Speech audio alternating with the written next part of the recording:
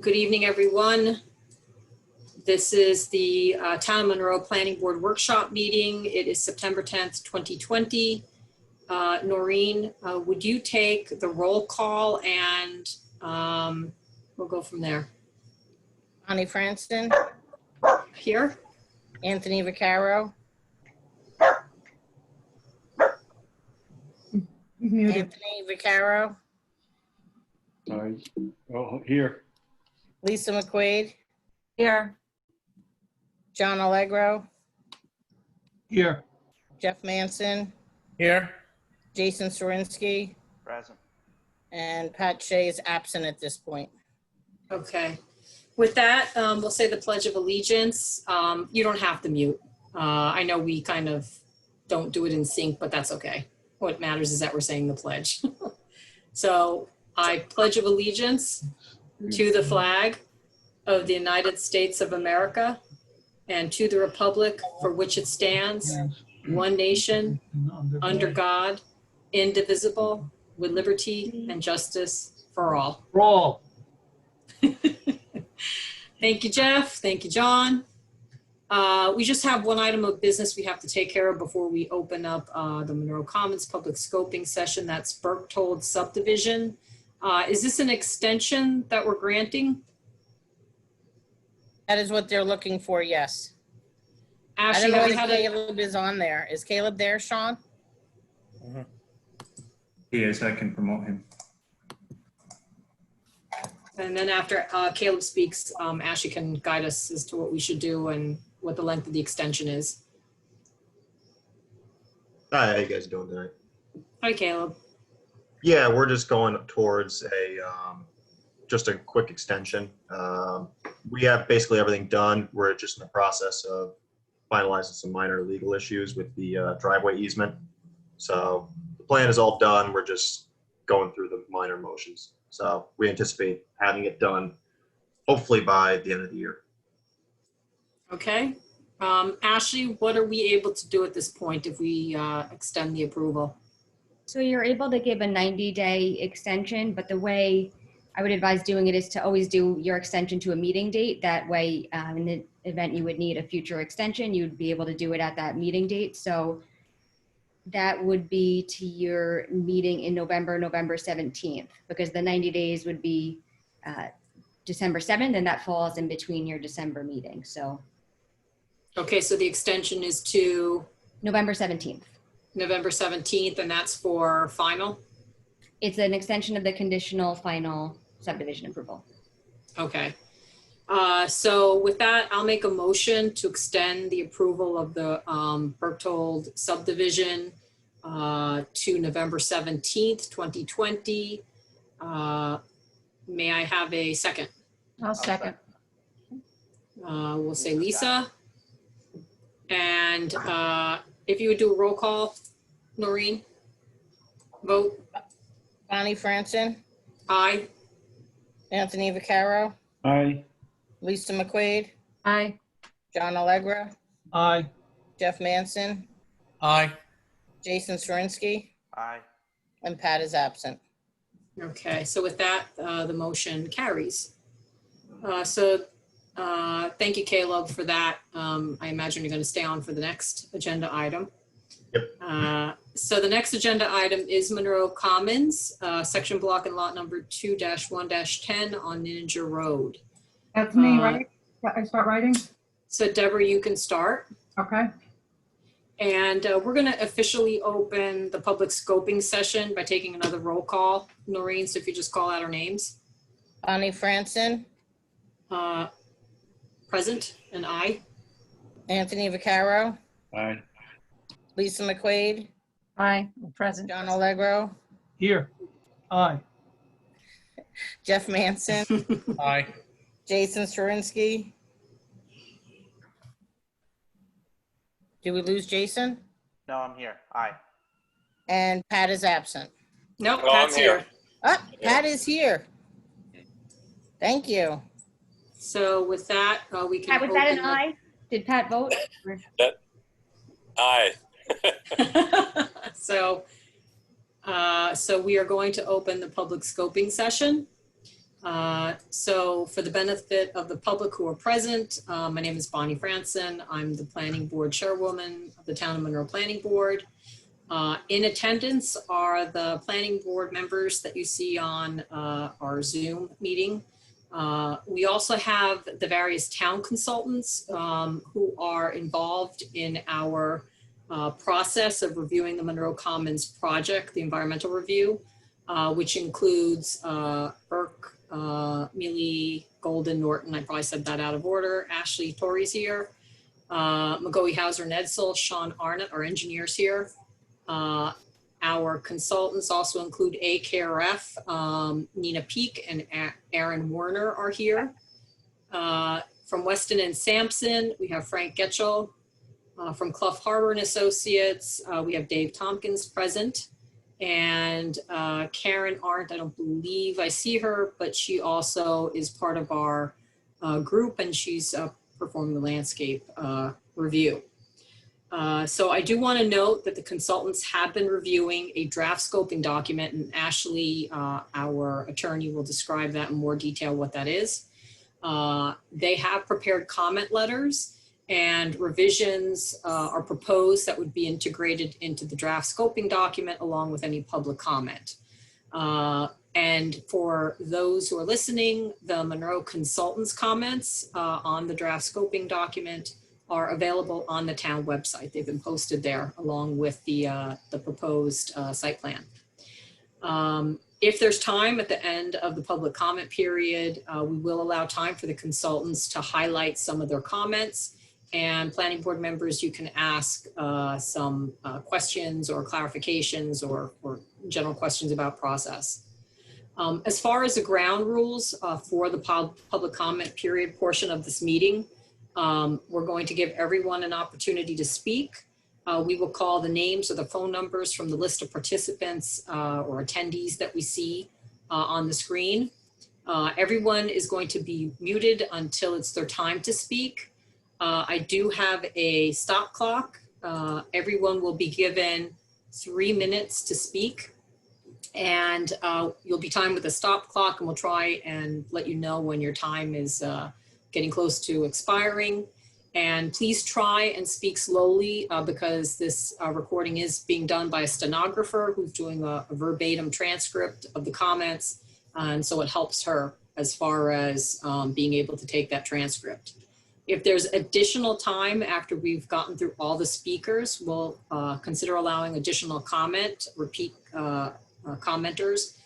And again, when asked to speak at the beginning, just please provide your name and your address for the record. We may ask you to spell it for the benefit of the stenographer. In terms of the comments, please just stick to the scope and the facts. If we find that there are any kind of inappropriate comments or visuals, you are going to be cut off, and visually you'll be cut off. So that just won't be, inappropriateness won't be tolerated. So please stick to scope and facts. Just briefly, the reason we're here is we are holding a public scoping session for a project called Monroe Commons. It is a non-residential development project that's proposed along Ninninger Road in the vicinity of where Lake Region Tire is and next to where the large development, I believe it's Moshi Gardens, is being constructed within the village of Curious Joel. And we do have representatives from the applicant present to be able to provide us a brief overview of the project before we open it up to public comments. With that, I'm going to hand it over to Ashley Torrey, who's going to explain where we are in the review process in terms of the application and specifically the environmental review process. So with that, Ashley, if you would provide some input and where we are. Sure. Good evening, everyone. So just to provide some history on the project, the planning board's acting as lead agency for the purpose of the seeker review. I believe the applicant first came before the board in November of last year. So since that time, the planning board's reviewed the environmental assessment form. It's coordinated the environmental review with the other involved agencies. So other entities that have some type of approval authority over some aspect of the project they've all been contacted, and the planning board, the Town of Monroe Planning Board, has been designated as the lead agency. So the planning board's issued a positive declaration. So the planning board determined that the action may have a significant adverse impact on the environment. So the planning board in their pos deck identified many different areas where they might be a potential significant adverse impact on the environment. So the next step and where we are tonight is what should be studied. So tonight's the public scoping session, and scoping is how the planning board is going to identify the specific potential impacts that are going to be studied by the applicant in a draft environmental impact statement, or DEIS. So this is an important step in the seeker process because it's really a starting point for what's going to be studied. What are the specific impacts? How are they going to be studied by the applicant? So the scoping document itself is essentially an outline of what's going to be studied. The draft scope has been submitted by the applicant, and that's available again on the town website. It's been sent to all of the involved and interested agencies. And that's going to now be revised by the planning board based on the comments from the public, based on its own comments and comments of its consultants and those of the involved and interested agencies. So just to stress that tonight's not a public hearing on the actual project itself. It's a public scoping session. Its comments are really supposed to be focused on what environmental impact should be studied by the applicant in the environmental impact statement. So looking for comments again on types of impacts, types of potential significant impacts on the environment. It's not about whether you like the project or don't like it, or why you do, why you don't. That's just simply not helpful at this stage. It won't be helpful to the planning board to hear those types of things. So unless there's any questions from the board, I would turn it back over to the chairwoman. Thank you, Ashley, for that. Next, we're going to turn it over to the applicant so they can provide a brief overview of the project, describe what it is, and so the public has a better understanding of your proposal. Caleb, are you going to take the lead? Yeah, I can take the lead for this. Okay.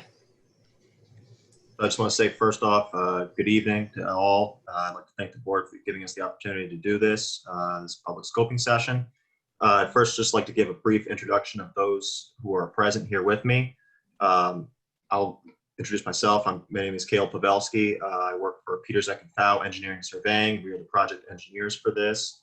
Also present with us tonight is Joel Mann of Brockman Associates, serving as project consultant. John Dahlgren of Tim Miller Associates. He is the planner and he has prepared the draft scope for us. And we also have Barry Tarrick present. He is the architect for this project. So a little bit of an overview of where this actual project is located. As Bonnie had previously mentioned, this lot is located on the northeast side of Ninninger Road in the town of Monroe, Orange County, New York. Section block and lot 2-1-10. It is 18.2 acres in size. It's located within the heavy industry zoning district.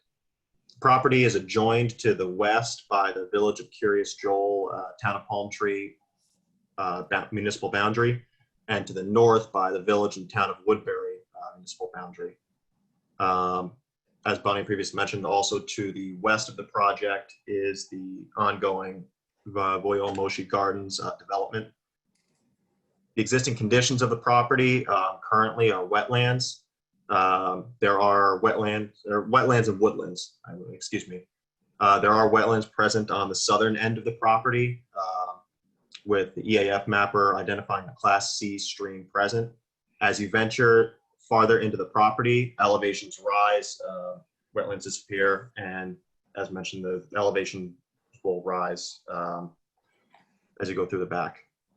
So the applicant is proposing the development of a mixed-use commercial building for this project. The proposed building will be 4 stories in height with a total of approximately 400,646 square feet inside. The building will be for retail and office space, as well as a 39-room hotel. It will be served on site by 2 on-site wells for water, and the wastewater will connect to the Orange County Sewer District #1 wastewater system. Building entrances will be available on the first floor in the front. And then as you go around the building, the elevations will rise to match. So as you go along the left side of the building, you'll have a second floor entrance, and then you get to the rear, there'll be a third floor entrance. There will be a loading dock on the eastern side of the building, where whoever uses the building will be able to put in and out whatever they need. Parking has been provided for this project in the form of 1,071 parking spaces, of which 805 are proposed to be constructed and 266 would be land banked parking spaces. In order to construct this project, we will need to do some minor wetland disturbance in the front. We're proposing 20,788 square feet of wetland disturbance, for which we'll be providing one-to-one wetland mitigation. So that's kind of a brief overview of what we're proposing to do. That's kind of it. Thank you, Caleb. So with that, I am going to have this opened to the public for any comments they may have. So we're going to look at the list of attendees, and I will call out either a phone number or a name one by one. And if you want to offer comments, if you want to speak, again, please just say your name and address for the record. Remember to speak slowly, and you will be provided 3 minutes for your comments. And again, at the end of the time period, if there's additional time after all the speakers, we've gone through them, we may open it up again to anybody who had some additional comments. So with that, Sean, if you could open up 1-845-721-2712. Funny, just before I do that, Sure. I'm not sure if I maybe missed it. I just want to mention about the part of the seeker review is the change in height for the HI district. Thank you. So Yes. So, and what Sean's referring to is that as part of this application, the applicant is requesting a zoning amendment to allow the additional height within the HI district, which applies to a couple properties in the town. So that's part of the analysis. Thank you, Sean. All right. So is with the telephone number 2712 ending, are they unmuted? are now. Speaker 2712, can you hear us? I don't know if they're muted. I see a mute symbol by the phone number. Yeah, I'm trying to hit unmute and it won't come off unmute. If I may interact, this is one of the owners. He probably doesn't want to speak. Okay, you're certain? Yep. Okay, so then if that's the case, we'll move on. The next attendee is 1-845-783-9031.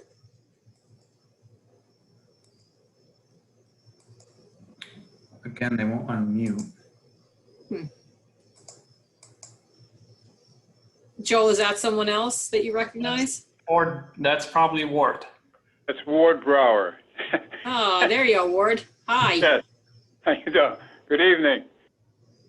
Just again, your name, address for the record, and then do you have any comments you want to offer?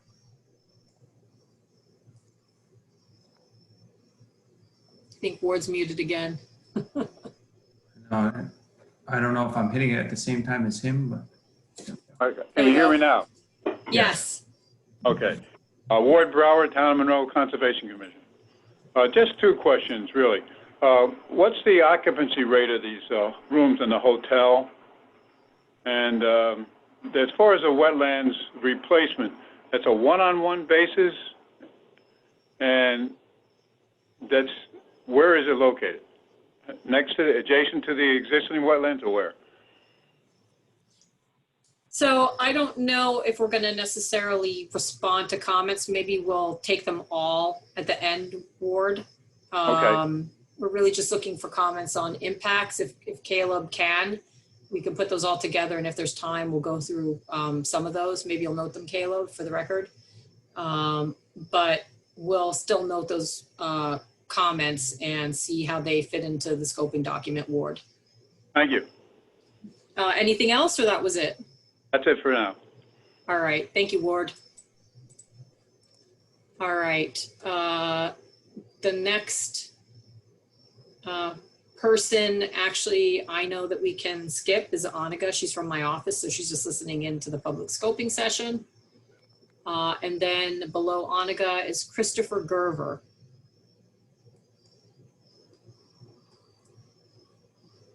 So Christopher, can you hear us?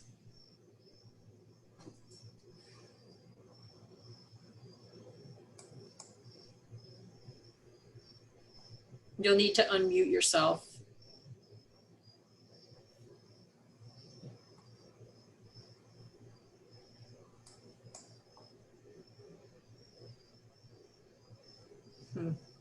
Yeah, I'm still seeing the mute button.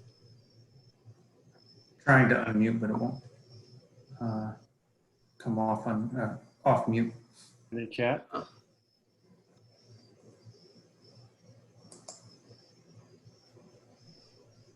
Was he made a panelist? Has he been advanced to a panelist? No, just promoted or allowed to speak. Okay. So since we're having problems unmuting, maybe just temporarily, if we make him a panelist, we can unmute him. Okay. Only because we're having problems.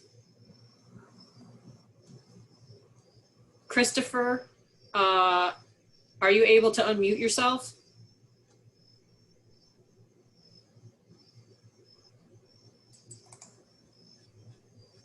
No comments. No comments. All right. Thank you. All right. So we will put him back as an attendee. And the next individual that is listed as an attendee is Danny. So let's first see if we can just get him unmuted without making him a panelist. Danny, can you hear us? Are you able to unmute yourself?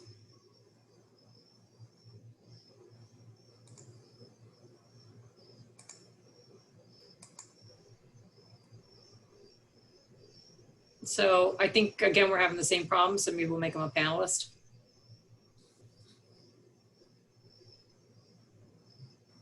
Hi, Danny, can you hear us?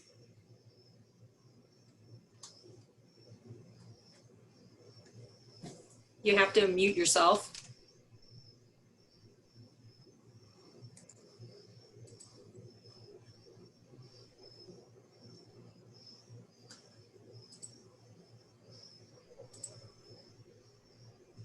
Hello, Danny.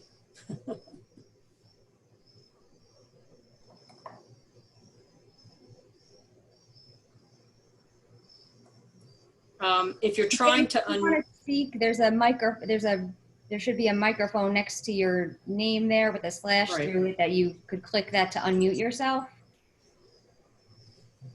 Also, at the very bottom of the Zoom call-in is a bar, and to the left, at least on mine, it says mute or unmute, and you can click that to be able to unmute yourself for your audio.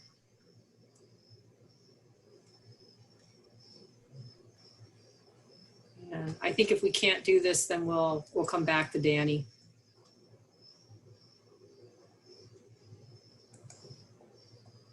It's not allowing me to unmute him. Okay, and he's a panelist? He is. All right, let's try him after we get to a few other individuals. All right. In terms of attendees, the next person, I don't know, they need to speak. Elaine Du from AKRF. Nina, that's your? Yes, Elaine is calling in from our office. Thank you. Okay. So we don't need to have her comment. The next person is Laura Lawrence.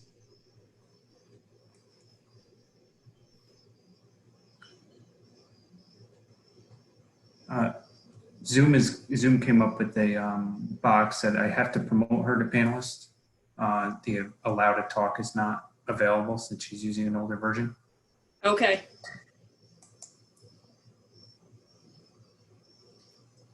So Laura Lawrence, actually, I see you. So just unmute yourself. We can see you, but we can't hear you. You should see Got there it. you go. I know, I'm learning all this in school, and it's just, it's a whole new learning curve for me. No worries. So welcome. Welcome. Good And evening. just state your name and address for the record, and then, please provide us any comments or questions you may have. Laura Lawrence. Thank you. Welcome. You need my address? No. Yeah. 39 Still Road, Monroe, New York. Thank you. You're welcome. What are your comments? Okay. My question is, I'm not sure, this is my first time on one of these meetings. I usually go in person, unfortunately. I'm here actually regarding the issue for Stevens Lane on Property Q, and I think I might be at the wrong meeting. Yes, this is the Monroe Commons meeting. Okay. For the project on Ninninger Road.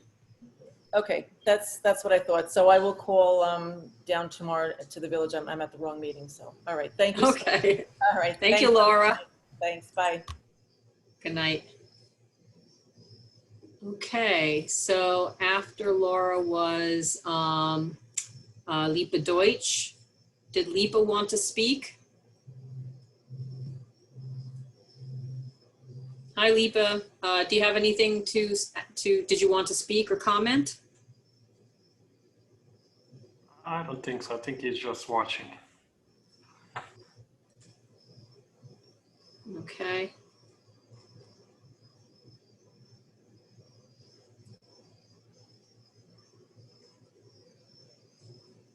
All right, so we're not going to hear from Lipa.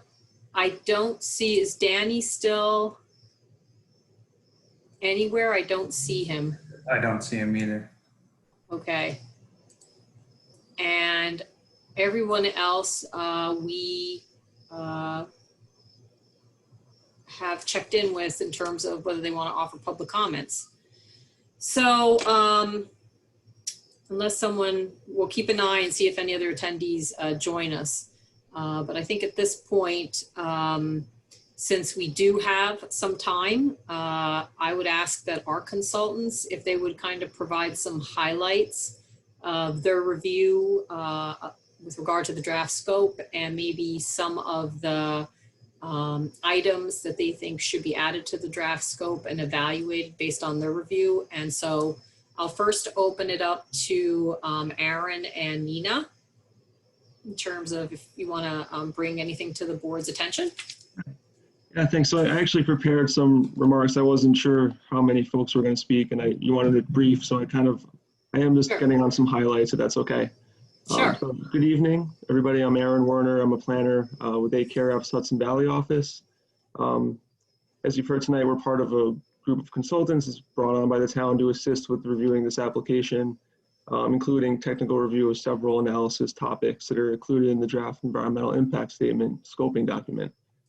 So the memo that we've provided to the planning board outlines specific areas of focus that we're tasked with providing technical expertise on, which include land use and zoning, transportation, historic and archaeological resources, community facilities and services, fiscal impacts, noise, air quality, odor and lighting, visual resources, community character, energy, and the alternatives. So before I summarize a couple of highlights from these comments in the memo, I wanted to point out that in our discussions with the other consultants and Bonnie, we've agreed that the scoping document requires some reorganization specific to chapter titles mainly in order for it to be more in line with the applicant's EAF that was submitted, as well as the planning board's pretty detailed positive declaration that was adopted. So you'll notice that's a recurring theme as you review our memo. In terms of specific topics for the DEIS, I'll use this time, I'll summarize some of our thoughts on the description of the actions, the approach that we recommend to analyze the zoning text change that was brought up, and the assessments related to transportation, visual, and the alternatives. For the project description, we recommend that it be as comprehensive as possible in terms of all the actions before the town board, the zoning board of appeals, and the planning board. The applicant seeks approval of a zoning text change, variance, special permit, site plan, with each reviewing body having a role. So aside from the site plan, we've asked that several additional drawings and plans also be presented upfront in the EIS project description section to fully describe all the elements of the proposal. So that can include, the site plan, floor plans of the building, all the elevations, architectural renderings, colors, envisioned, the stormwater plans, the landscaping plans. It's all listed in the memo there. With regard to the text amendment, since it would apply to the entirety of the HI district, the DEIS must address the district-wide implications of that action.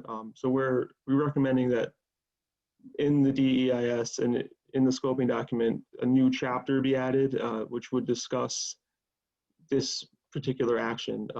It would discuss the existing HI zone parcels in the town and assess the potential for environmental impacts from increasing the maximum height, which is what's proposed, from 40 to 50 feet, I believe. So the format of this chapter, it's in our comments, so just to give you a summary. It could include a description of all the parcels within the HI district, including location, acreage, ownership, existing land use, a discussion of the future development potential on these parcels, if there is any, potential impacts associated with the additional height that would be permitted for future development.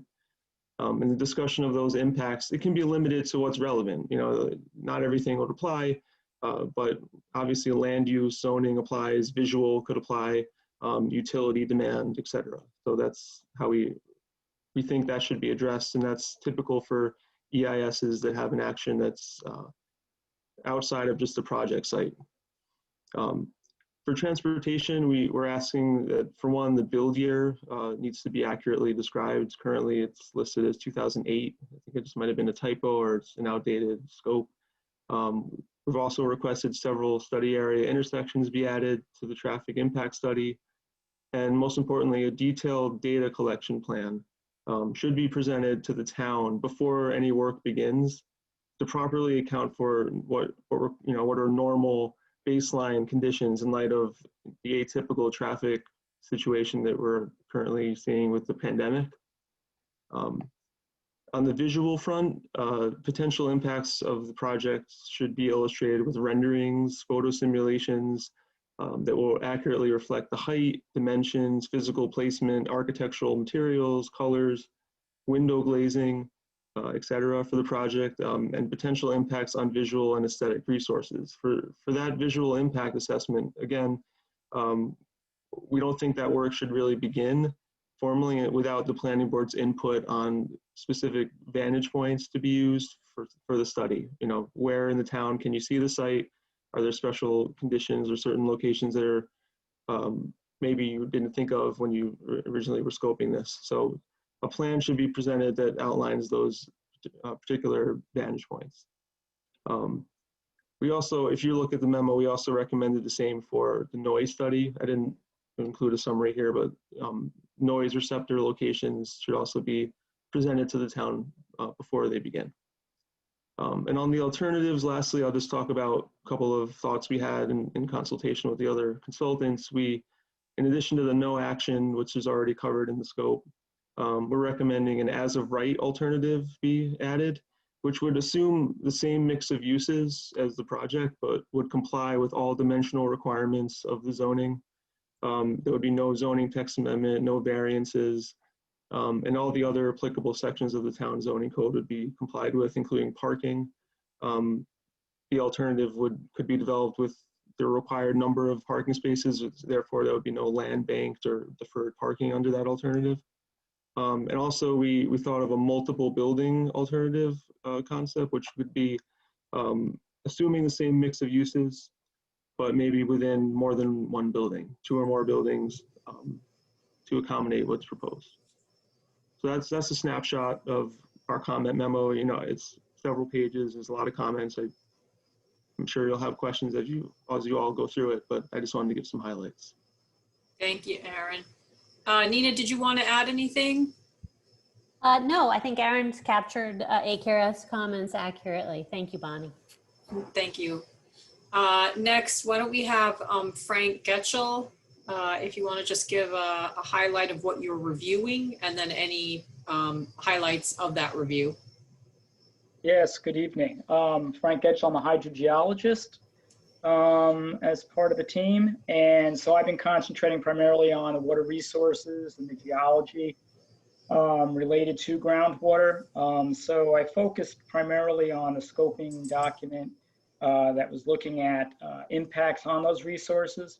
I think one of the things we'd like to see concentrated on is the use of the wells and the impacts of the use of those wells on the groundwater resources, the wetlands, streams, and also the impacts of any impervious surface that's going to be introduced to the site on those resources. Because of the nature of the geology there, we think it's important that when looking at scoping and figuring out how to assess that features such as bedrock fractures, which have been identified in the area, be looked at and mapped relative to the site, relative to the changes in the site, impervious surfaces, stormwater detention basins, and the wells. And I believe what I've seen so far is that testing is going to be completed pretty much in accordance with DEC and DOH requirements. We just want to make sure that those testing results and data are provided as part of the document, the EIS document, and that the testing not also look beyond just the wells themselves, but impacts on the resources too. Your site is located within the Ramapo River Valley Aquifer System. So I think it's important that the testing and the potential for impacts on that system be addressed. I think that was primarily it regarding groundwater. The only thing also we had looked at was environmental conditions at the site. I know there are requirements for looking at past site history, and in particular, any sort of evidence of past disruptions or dumping at the site. The project with this type of construction requirements is obviously going to disturb most of that site. And if such soil or materials exist, we believe that that needs to be addressed relative to not just the construction, but also the post-development of the site, the use of the wells, and any kind of influence of pumping and modifications of drainage. Obviously, there's a lot more detail provided in our memo that lays all that out and is much more specific, but I think those are the more salient points that we focus on. Great, thank you, Frank. Next, Dave Tompkins from Clough Harbor and Associates, if you want to give a little bit of a introduction and what you've examined. Sure. Thank you, Bonnie. Good evening. My name is Dave Tompkins. I'm with CHA Consulting out of Colony, New York. My specialties are wildlife ecology and wetland science. So I looked through the application and, you know, it's got some things missing that I really think are needed. Basically, a wetland delineation report and a habitat assessment report. The wetland delineation report should identify who delineated the wetlands, when they were delineated, does a jurisdictional determination exist, you know, who validated the wetland line. And this would fall under the jurisdiction of the Corps to do that. I believe there's a stream out there. The stream is not shown on the maps that I could see. It seems to be incorporated into the wetlands. That is a MAPS DEC stream. It's got a tributary number.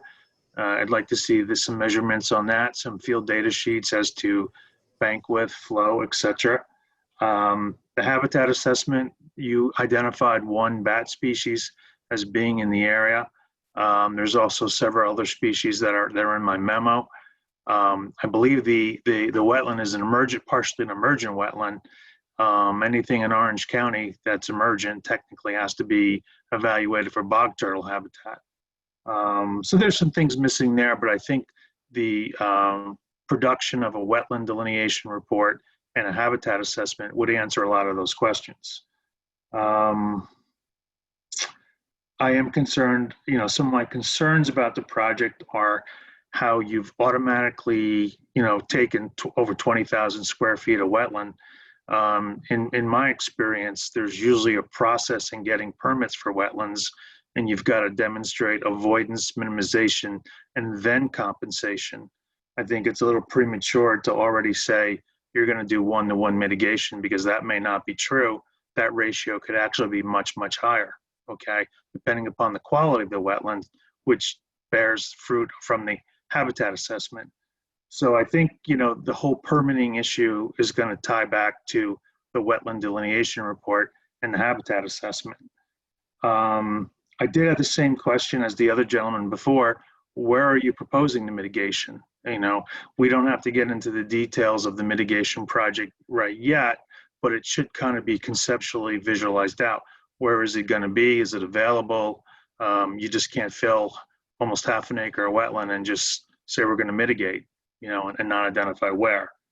And again, I'm very questionable as to whether that one-to-one ratio will hold up. I don't personally, I haven't seen this wetland, so the value of that wetland is going to determine what that ratio ultimately is. That kind of summarizes, one last thing. On the landscaping plan, I know Karen Arendt is not available, or maybe she's on a phone line, but I know she had some aspects about the landscaping plan, and I'd like to see some wildlife value, if possible, built into that landscaping plan, to kind of for the loss of habitat. At a high level, that's pretty much what I have, Bonnie. Great, thank you very much, Dave. So Karen, I don't believe is on. I don't believe she's here. So I'm gonna ask Sean and then Ashley if you wanted to just bring up anything, or if you don't have to, but if you wanted the opportunity to note anything in particular as far as your review of the scope. Sure, I can just give a brief overview of my memo. Generally, I was looking at water infrastructure, wastewater infrastructure, and then soils, topography, and stormwater management. Specifically on the wastewater, as was discussed before, the applicant's proposing to do a pump station and then convey all the sewer to the adjacent proposed project and infrastructure that is proposed to be installed there. So just looking to identify, quantity of wastewater, quality of wastewater, and then, some best management practices related to both of those. On the water end, we discussed that there's 2 wells being proposed that Frank got into a little bit on the hydrogeology side, but then how that water is treated and then proposed to be conveyed to the project, or the building, and treated and available for fire protection. And then on the kind of somewhat related soils and stormwater side, how the existing grade is going to change, how much cut and fill is there going to be, looking at potential areas where vegetation could remain, without disturbance. And then, the preparation of a stormwater management plan and erosion and sediment control plan, which will be required based on the size of the development. So that's kind of it in a nutshell. Thank you, Sean. Ashley, did you want to add anything? Sure. I mean, I guess just briefly. So I had some comments, just on overall formatting, structure, and I think Aaron and I were on the same page just on how we think the document could be better structured for the board to better understand, for the public to better understand, and for the applicant to really understand what's being expected and what types of studies that are desired of them. So I think one of the big things was the zoning amendment, because that really wasn't addressed in the scope. It wasn't really focus as far as the impacts of that, because it is district-wide, so that's definitely something that needs to be incorporated. I gave some, comments just on the substantive sections as well, just throughout based on conversations that the planning boards had early on. I know one meeting there was discussions about wanting to see similarly sized buildings. So where in the county, something comparable. So that's something, I found relevant to the land use zoning chapter. So things like that to incorporate. I don't know whether the board has any questions or if you want to talk about process. So I just want to say, before I think we'll open it up to the planning board to ask the consultants any comments. But before we do that, I just noted there was one attendee that's popped up with CPB. Joel, does that sound like that's someone from your group? No? So why don't we see if we can unmute CPB just to see if they are here to offer any comments. So CPB, you're muted if you want to unmute and state your name and address for the record. And if you have any comments on Monroe Commons, you can offer them as far as concerns you may have with environmental issues. Hi, Craig Brady, Highland Mills, just attending for information purposes. All right, thank you for joining us. Okay, so then with that, Caleb, and again, before we get to the public, Wade had two questions, and it did come up among the consultants' comments. One was, is there mitigation shown yet on the plan? And the second was guest room occupancy. I don't know if the project is fleshed out to that degree to talk about what the anticipated number of guest rooms and occupancy is, but if you want to touch upon either of those. Yeah, I can't really flesh out what the total occupancy would be. I can tell you that we have proposed a 39-room hotel. That is what we proposed in terms of, who would be in those rooms. I can't give you a definitive answer on that at this time. What I can say in regard to the wetland mitigation, on our sketch site plan, we do show proposed one-to-one mitigation. We would be expanding the existing wetlands on the southern edges towards Ninja Road. If Sean's pulling up the site plan. So yeah, you can see down there in the southern portion, that hashed portion right there. That is the proposed one-to-one mitigation area. And obviously, as we go through this process, we will provide a wetland mitigation plan. Highlight that in particular.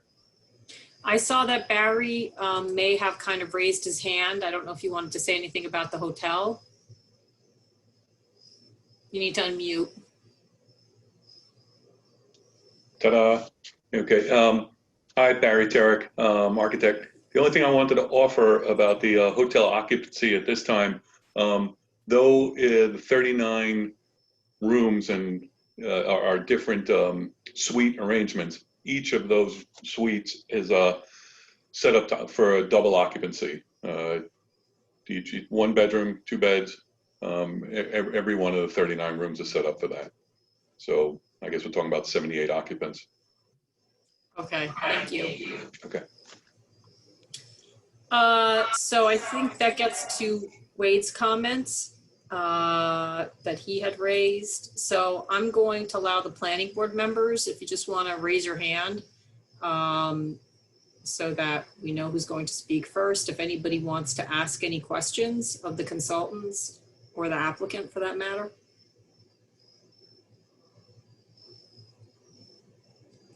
I want to raise my hand, but I don't know how to do it. Okay, Anthony, you'll start first. A couple of questions. One for my benefit and maybe the public's benefit. If we could slowly go through who the consultants are for the planning board, what their specialty is, and who's attending tonight. If there's any questions. Monroe's consultants representing Monroe? Yes. Okay. So why don't we start with Aaron? Hi, so I'm Aaron Werner. I'm with AKRF. We're a environmental planning engineering consulting firm. Nina Peak, who's also on the line, We work together in the Hudson Valley office, which is in White Plains. So we've been brought on to look at select chapters that are mostly planning related chapters, which I rattled off in my summary. I'll go back through that again. So it's land use, transportation analysis, historic resources, the community facilities analysis, fiscal impacts, economic fiscal impacts, the noise, air quality, odor and lighting aspects, visual resources and community character, energy usage, and the alternatives, and just general kind of quarterbacking of the secret process and in general. But those are the areas that we've been brought on to assist with. Why don't we take Frank next? Frank Getchell, Weston and Sampson. I'm Frank Getchell. I'm a hydrogeologist. I'm with Weston and Sampson. Our local office is in Mount Kisco. I've been working in the Lower Hudson Valley area for close to 38 years with another firm that was acquired recently. So pretty familiar with the local hydrogeology, and I'm going to be focusing on the groundwater supply, groundwater impacts associated with the development, with the use of the wells, groundwater quality, current versus what may be associated with impacts from the proposed development, but also looking at it relative to the immediately surrounding areas, because groundwater does move, it's dynamic, they're not sitting on a bathtub. So my area will be focused around that. Also be looking at environmental conditions on the site relative to soil quality, not geotech, but anything associated with artificial fill, any kind of past dumping that may have been in place as part of past uses at the site, and also looking at the immediately surrounding sites as far as having any influence on that environmental quality. Thank you, Frank. Next is Dave Tompkins, CHA. Yeah, my name is Dave Tompkins. I'm a wildlife biologist and wetland scientist. So they've asked me to look specifically at the ecological resources and wetland impacts, as well as environmental permitting for those, and wetland mitigation as well. I live up in Ulster County, in the town of Shongum, but I've worked in Orange County extensively through my 40-year career here. Thank you, Dave.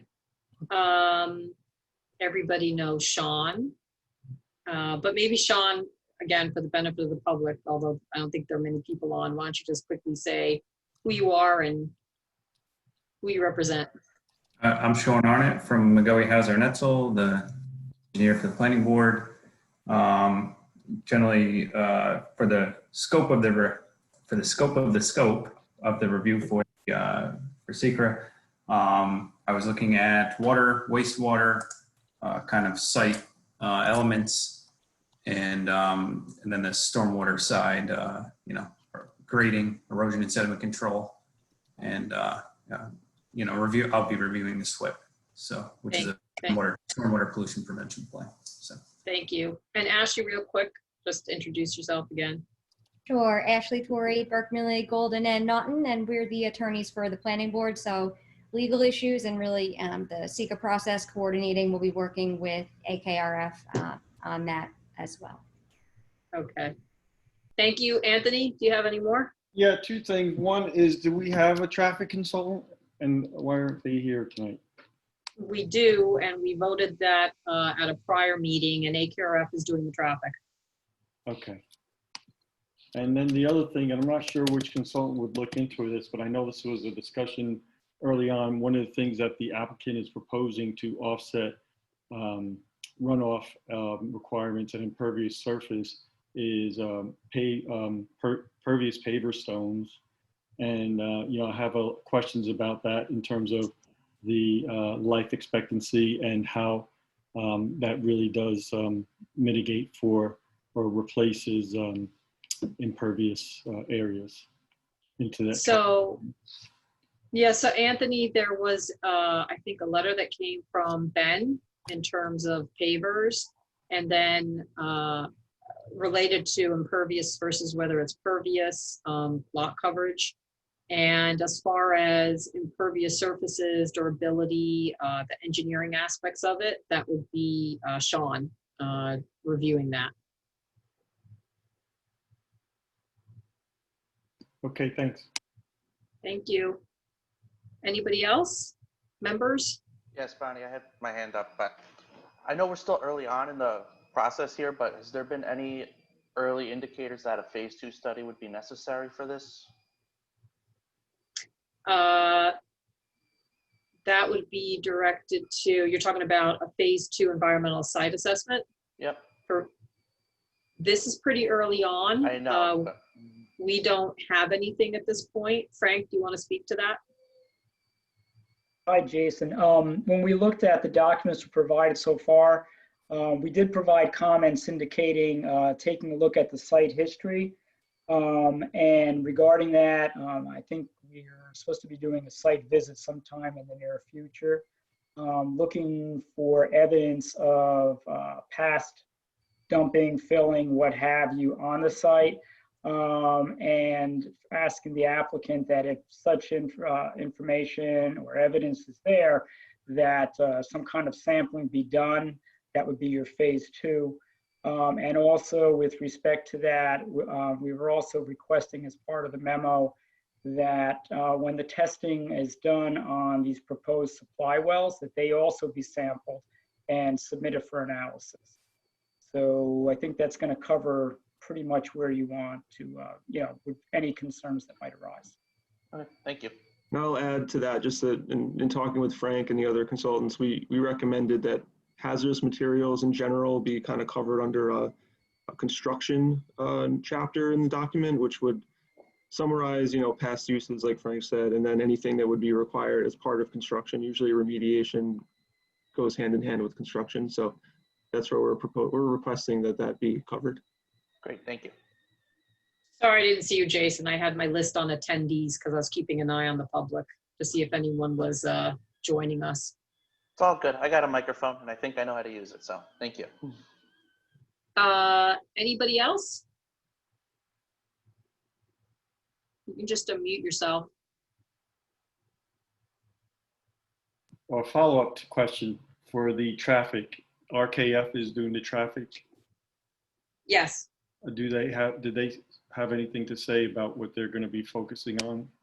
So AKRF is reviewing the applicant's consultant's work. I believe Creighton Manning is the applicant's traffic consultant. AKRF will be reviewing that work. Okay.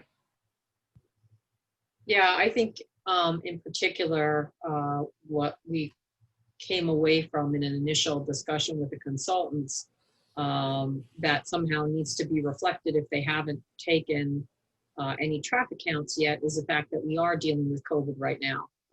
And so, how do we estimate what the full traffic impact would be, in a, as if this was a pre-COVID situation. So I think, that's kind of the level of detail we're getting into, to ensure that this environmental impact statement addresses, all these, alternatives and our current environment, the realities of it. So I thought that was pretty astute. Does anybody else have comments from the planning board? So let me just quick check attendees. Bonnie? Yes. Jeff? Yeah, I guess just a couple of things. Sure. I had a chance to quickly go through the information from the memos from the various consultants. Some of the things that I guess I'm going to be particularly looking at. It looks like the site is going to have some extensive grading to accomplish the plan, and what's going to happen as far as how much removal of earth and soil is going to be done from the site, what's going to happen to that and the impact of that, or fill brought in to create the landscape that they need for this design.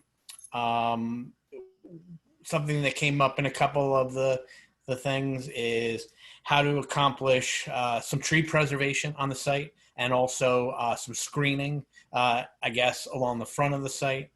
And I'm particularly interested in the existing wetland conditions, and what that's going to look like after everything's done, how the mitigation is going to mitigate. It looks like, from what Caleb pointed out earlier on the site plan when we brought it up, that a lot of the mitigation area is along the road, and how we can accomplish both possibly the mitigation there, if that's where it winds up being, and continue to have some screening to the site along the roadway. So those are just some things that I was thinking about.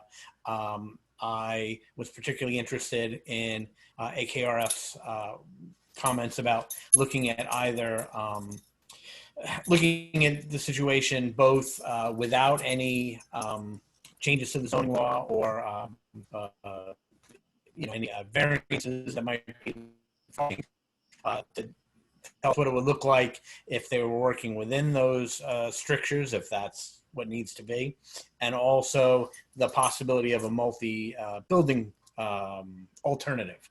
So I'll be looking at those areas of the EAS in particular. So I just want to highlight that. Thank you, Jeff. That's good. Any of my other board members? Can I bring up one more thing? Yes, Anthony. Just thought about it, but the state troopers barracks is there, and they have a helicopter landing pad. And if they're talking about height increase potentially in this area or any other traffic for that, wondering how that may impact the project. Thank you for that. So we'll have our consultants take a look at that and how that concern may be integrated into the EIS, whether that's a traffic question, a community facilities and services question.